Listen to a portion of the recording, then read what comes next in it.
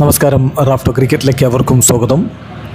England ടൂറിലെ ഏകദിന പരമ്പരയ്ക്കുള്ള Indian ടീമിനെ പ്രഖ്യാപിച്ചിരിക്കുന്നു. July മധ്യത്തോടെയാണ് 3 ഏകദിനങ്ങൾ കളിക്കുന്നത്.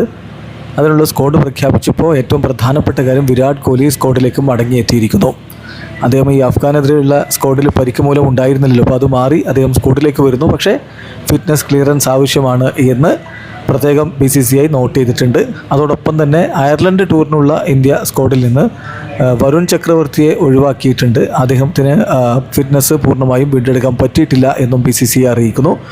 അപ്പം ഏകദിന സ്ക്വാഡ്, ഇംഗ്ലണ്ടിനെതിരെയുള്ള ഏകദിന സ്ക്വാഡ് ഇങ്ങനെയാണ്: ക്യാപ്റ്റൻ ശുഭ്മൻ ഗില്ല്, പിന്നെ രോഹിത് ശർമ്മ, വിരാട് കോഹ്ലി, ശ്രേയസ് അയ്യർ, വൈസ് ക്യാപ്റ്റനായിട്ട് ശ്രേയസ് അയ്യരാണ്, പിന്നെ KL രാഹുൽ, ഇഷാൻ കിഷൻ, വാഷിംഗ്ടൺ സുന്ദർ, അക്സർ പട്ടേൽ, നിതീഷ് കുമാർ റെഡ്ഡി, കുൽദീപ് യാദവ്, ജസ്പ്രീത് ബുംറ, പ്രസിദ്ധ് കൃഷ്ണ, ഹർഷിത് റാണ, ഹർഷദീപ് സിംഗ്, ഗുർനൂർ ബ്രാർ.